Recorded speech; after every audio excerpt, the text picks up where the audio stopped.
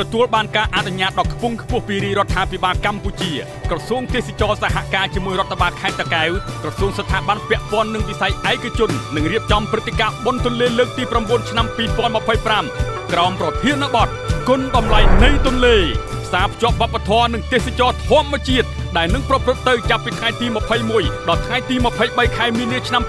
2025នៅខេត្តតាកែវពិធីបើកជាផ្លូវការនឹងប្រព្រឹត្តទៅនៅថ្ងៃសៅរ៍ទី22ខែមីនាឆ្នាំ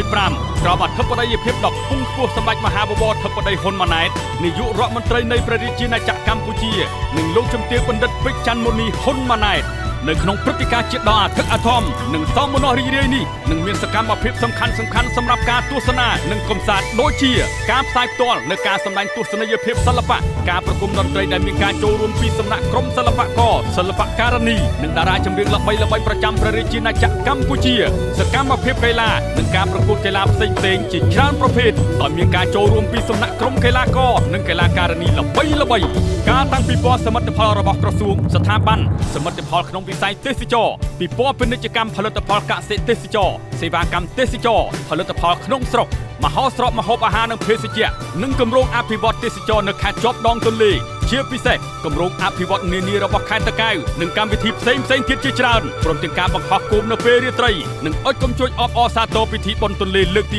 9ឆ្នាំ